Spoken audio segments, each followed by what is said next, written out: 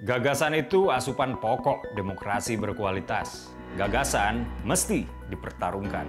Yang terbaik akan menang. Semakin banyak politik gagasan mengisi panggung, politik identitas tak punya tempat bernaung. Simak Gagasan UKI. Assalamualaikum warahmatullahi wabarakatuh. Salam sejahtera untuk kita semua. Om Swastiastu, Namo Buddhaya, salam kebajikan.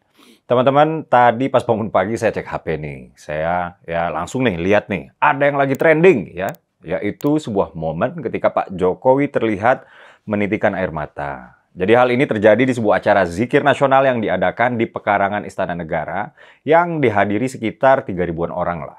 Nah, silakan teman-teman lihat sendiri ya rekamannya. Nastaghfirullah li Sayyidina Muhammad. Nastaghfirullahal-azim. Nastaghfirullahal-azim. Nastaghfirullahal-azim. Nastaghfirullahal-azim. Nastaghfirullahal-azim. Nastaghfirullahal-azim. Nastaghfirullahal-azim. Nastaghfirullahal-azim. Nastaghfirullahal-azim. Nastaghfirullahal-azim. Nastaghfirullahal-azim. Nastaghfirullah. Teman-teman, momen haru tersebut merupakan kelanjutan dari permintaan maaf yang disampaikan oleh Pak Jokowi dalam sambutannya di acara yang sama ya.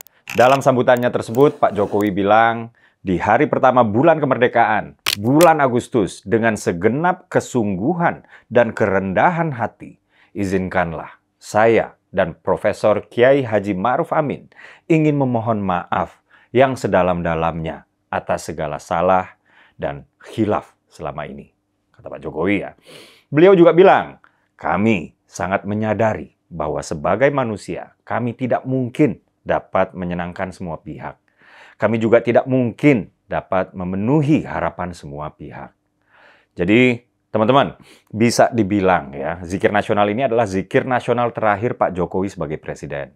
Masa jabatan Pak Jokowi ya udah berakhir kan nanti bulan Oktober. Jadi boleh dong kita lihat ya, apa yang pernah dilakukan Pak Jokowi untuk bangsa dan negara kita. Pertama adalah pembangunan nasional yang Indonesia sentris, bukan lagi Jawa sentris seperti yang sudah-sudah atau sebelumnya lah gitu ya. Maksudnya bagaimana nih? Begini nih, kita sama-sama tahu bahwa Pak Jokowi getol banget membangun infrastruktur. Nggak tanggung-tanggung. Kementerian Koordinator Bidang Perekonomian atau Kemenko Ekonomi RI ya, mencatat bahwa dalam periode 2016 sampai 2019 saja nih, udah selesai 92 proyek strategis nasional atau PSN ya, berupa jalan tol, ketenaga listrikan, bendungan, saluran irigasi, pelabuhan, bandara, dan lain-lain lah. Nah, tercatat dampak dari 92 proyek tersebut diantaranya ya, proyek ketenaga listrikan yang menerangi 1,7 juta rumah atau 6,7 juta jiwa. Ya. Juga ada 15 bendungan yang menambah persediaan air baku sebesar 1,1 miliar meter kubik. Mereduksi potensi banjir sebesar 3.600 meter kubik per detik. Meningkatkan pasokan air baku sebesar 3.300 liter per detik, mengairi sawah seluas 120.000 hektar, dan memproduksi 113 megawatt listrik. Ya. Ada juga proyek infrastruktur pelabuhan yang mampu meningkatkan arus barang ya menjadi 2,26 juta TEUs per tahun, dan lain-lain lah. Nah, PSN di bawah koordinasi, pemantauan, dan evaluasi Komite Percepatan Penyediaan Infrastruktur Prioritas ya, atau KPPIP ini ya. Ini terus berlanjut dan telah menuntaskan 66 proyek serupa ya dari 2019 sampai 2021. Pemilihan atau distribusi PSN juga memperhatikan prinsip 3T, yakni tertinggal, terdepan, dan juga yang terluar. Maka nggak heran, rasio nilai investasi PSN terhadap jumlah penduduk itu yang terbesar berada di Timur Indonesia. Di luar soal infrastruktur, saya juga mencatat bahwa indeks pembangunan manusia di era Pak Jokowi mengalami kenaikan. Dan kerennya lagi, kenaikan tertinggi terjadi di belahan timur negeri ini, yaitu Papua, Papua Barat, dan Gorontalo. Padahal kalau cuma mau populer nih, ya ngapain capek-capek bangun Indonesia Timur? Toh penduduknya cuma 11% dari seluruh penduduk Indonesia. Karena buat Pak Jokowi, rakyat itu bukan angka. Inilah yang membedakan seorang negarawan dan politisi. Berbicara soal Pak Jokowi, berarti kita berbicara soal pemimpin bernyali. Teman-teman, Indonesia sudah memulai hilirisasi. Ya, hilirisasi yang dimulai saat itu tahun 2019 ya. Dan ditentang oleh banyak negara maju. Jadi Indonesia dengan kebijakan hilirisasi melarang hasil perut bumi NKRI dijual murah ke negara-negara maju. Nikel misalnya harus diolah dulu di dalam negeri. Dan asing kalau mau nikel Indonesia silahkan berinvestasi di Indonesia. Buka smelter-smelter, bikin pabrik-pabrik baterai. Lakukan transfer of knowledge atau transfer ilmu. Agar Indonesia kelak mampu melakukan apa yang Eropa lakukan hari ini terkait dengan teknologi maju atau advanced technology ya, dalam hal terutama pengolahan nikel.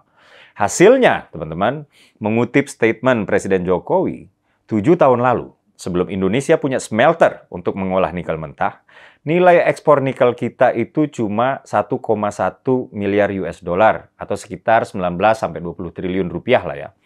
Namun pada 2021 setelah kita punya smelter pengolahan nikel mentah, nilai ekspor nikel kita melonjak ya menjadi sebesar 20,8 miliar US dollar atau 300 triliun lebih ya kalau dirupiahkan.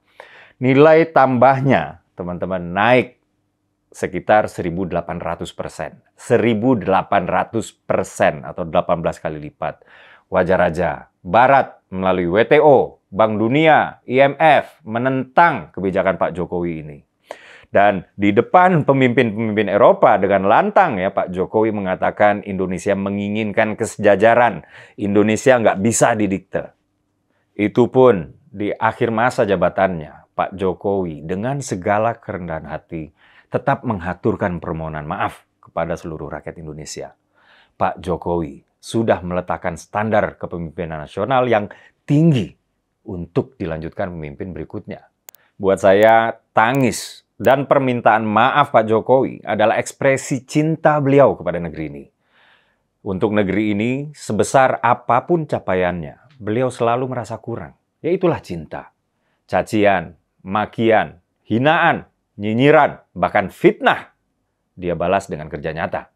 Tadi pun saya masih baca ya, ada aja orang yang Pak Jokowi udah segininya aja ya, lalu masih mengakui kekurangan, lalu meminta maaf, masih aja permintaan maaf tersebut dinyinyirin, dibully lah ya.